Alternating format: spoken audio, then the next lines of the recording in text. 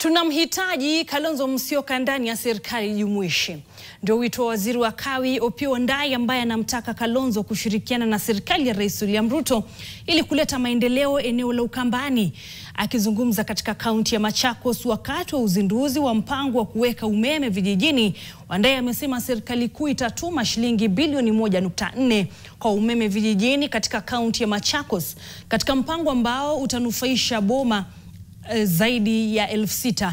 Akiandamana na mbunge wa Machakos mjini Caleb Mule, waziri huyo ametangaza kuwa eneo bunge hilo limepangiwa shilingi milioni 120 kwa ajili ya mradi huo. Mimi nitaomba sana tusikue kando ya serikali tena. Na tunaomba na sasa Kalonzo tunamuomba arudi kwa serikali, aache hiyo mtu. Anamdanganya. Mheshimiwa Kalonzo Musyoka tunamhitaji ajiunge na serikali, tufanye kazi tuende pamoja, si ndio? Mambo ya uchaguzi itakuja huko mbele. Kwa wakati huu sisi kama watu wa serikali tumeamua kwamba jambo la muhimu ni mambo ya maendeleo. Shughuli kubwa tunayo wakati huu ni kuhakikisha kwamba tumetoa huduma kwa wananchi.